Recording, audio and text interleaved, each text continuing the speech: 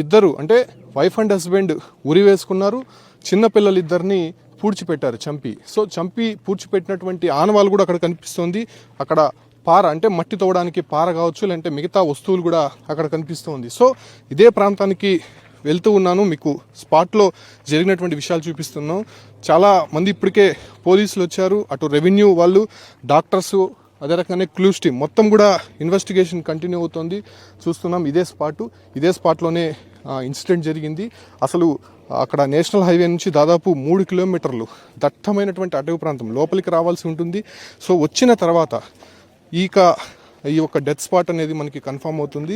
అంటే ఇక్కడ ఉన్నటువంటి పశువుల కాపర్లు దీన్ని ఐడెంటిఫై చేశారు. సో ఆ తర్వాత పోలీసులకు ఇన్ఫర్మేషన్ ఇచ్చారు. అంటే చనిపోయి దాదాపు వారం రోజులు అయినట్టయితే తెలుస్తోంది. అయితే ఈ ప్రాంతానికి ప్రస్తుతం వచ్చినటువంటి క్లూస్ టీమ్ కావచ్చు, లేదంటే పోలీస్ డిపార్ట్మెంట్ మొత్తం కూడా మనం చూస్తున్నాం. ఒకే కుటుంబానికి చెందినటువంటి అటు భార్య భర్త, 2 పిల్లలు. సో వాళ్ళు కూడా చనిపోయినటువంటి పరిస్థితి. Download ShareChat.